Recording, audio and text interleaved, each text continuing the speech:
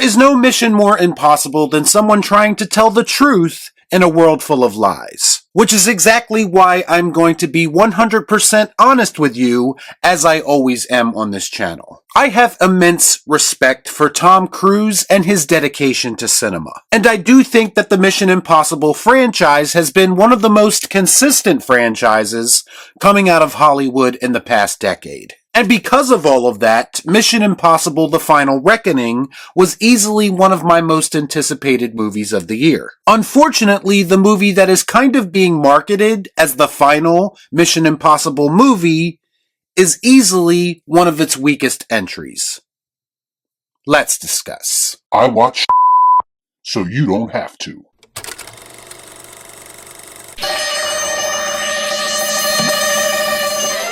Before I get started, I'd like to kindly ask that you hit the like button, and please subscribe to the channel for more content just like this. Come on. Do it!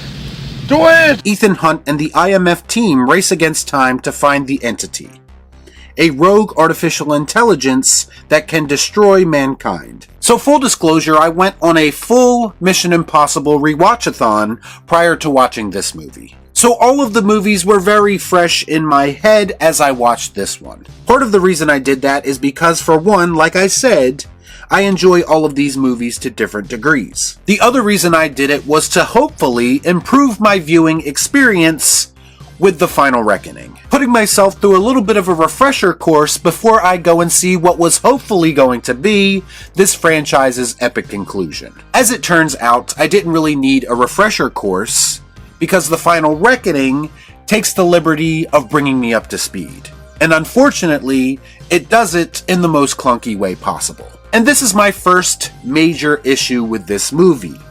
As I've always said, every entry in this franchise so far has managed to stand on its own, meaning that they rarely rely on a lot of callbacks and references to previous entries. While unfortunately The Final Reckoning spends a good chunk of its runtime referencing previous movies. We were on the verge of greatness. We were this close. And because of that, I'd say that at least half of this film does not feel like a Mission Impossible movie at all. It felt like someone retroactively rewrote the first half of this movie after Paramount said they didn't want to make Mission Impossible movies anymore. So someone foolishly said, let's try to tie all of these movies together in one big bow as a way of wrapping things up. The idea that everything has been leading to this, that we are in the end game, that the events of this movie are the sum of all of the choices made in previous movies. That's a very ambitious concept, and I actually think it could have worked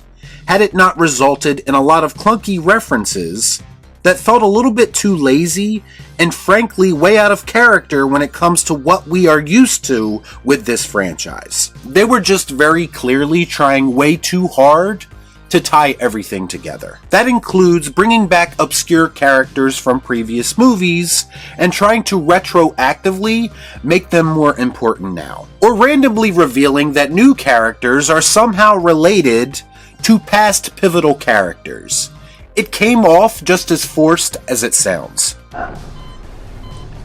Why? It was very jarring to see when you consider how smart and how streamlined past entries in this franchise have been. There was one montage of Ethan Hunt scenes with a voiceover that was honestly the only piece of nostalgia bait that really worked on me. And that was because it very much beat home the idea of how long this character has been in our cinematic lives. And it very much showcased the countless sacrifices that Ethan as a character has made to save us time and time again. Now, there's not only a great parallel to be drawn there with Tom Cruise's real-life approach to filmmaking, but it also made me come to the conclusion that without a doubt, Ethan Hunt is easily one of my all-time favorite cinematic characters. A true hero in every sense of the word. I just wish that his overall send-off was a lot better than what they give him in this film. I will say that the character of Ethan Hunt is protected in this film. I'm happy to report that he is not made to look like a buffoon in his advanced age,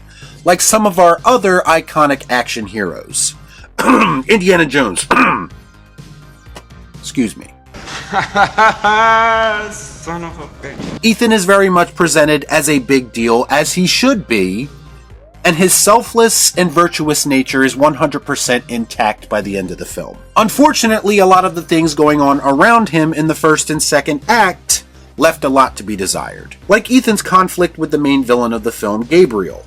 A conflict that was set up to be very personal in the previous film. But that whole thing is kind of just glossed over in this movie to the point that we get a very unsatisfying conclusion to it. In fact, Gabriel does kind of feel like an afterthought and like he was put on the back burner for a lot of this film. Which is weird when you consider how much they built him up prior to this. I also felt like the team dynamic in this film, which has always been one of the strongest aspects of any Mission Impossible movie, was severely underdeveloped in this one. And I think it has a lot to do with the fact that outside of Benji, a lot of the team in this new movie are fairly new. In fact, almost all of them were introduced only in the last movie. So they don't have this long-standing relationship with Ethan that would make everything so much more impactful. That makes sense. I just want to say that there is a massive Rebecca Ferguson-sized hole in this movie, and I can even think of some other characters from the past that would have made this finale resonate a little bit better. Plus, there's just not a ton of communication between the team as there has been in the past. I also want to point out that the inclusion of AI in this movie should have felt a lot more relevant given current events. I mean, they established the entity quite a bit in the previous entry, but it just kind of feels like it's casually looming over this movie rather than being a major part of it. Again, it's another aspect that does feel severely underdeveloped. There are two major action set pieces that pretty much save the film. The first being an underwater sequence in a submarine that stacks the deck against Ethan more so than maybe we've ever seen it before. The second being a whole third act set piece that honestly was so impressive to look at, and in my eyes only builds Tom Cruise's legend even further as a true living legend and one of, if not our last, true action heroes. The whole dueling plane sequence, as well as the submarine sequence, were the two scenes in the film where I actually felt genuine tension. And it has a lot to do with the fact that we know that Tom Cruise did things in those scenes that no other actor on Earth would have the balls to do. Tom Cruise, despite this movie's flaws, is still going to great lengths to entertain us, and he deserves all the credit in the world for doing so. Me out here for you. It is an up at dawn, pride-swallowing siege. The final act is easily the best part of this film, and there's a lot going on as it pertains to raising the stakes in this final film. At the very least, it's easily the most entertaining part of the film, and it felt like the movie was finally getting back to what made Mission Impossible movies work in the past. As far as this being Ethan's final mission, I thought he got an okay send-off, but it just didn't hit in the way that I wanted it to. It should have felt more emotional and frankly more final than it actually ended up feeling. Bottom line, this franchise had a hell of a run and no one is ever going to be able to take that away from them. But when it comes to the quote-unquote final entry, it felt like the general spirit of this franchise was largely absent. Something was definitely missing, and I think it has a lot to do with them having some lofty ideas about how to cap all of this off, but a lot of those ideas ended up feeling somewhat half-baked. It's a tale of two movies, really. The first half of this movie feels like a convoluted mess riddled with nostalgia, while the second half we kind of do get back to something that at least resembles what made the franchise great. Unfortunately, this led to this movie being a somewhat uneven experience. Very well, we're gonna do.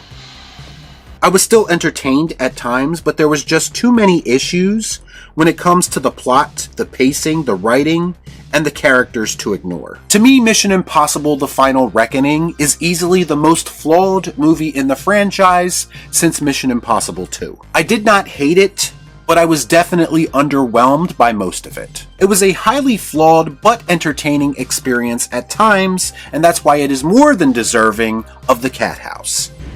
Saved by kitty litter. Y'all be cool. Nah.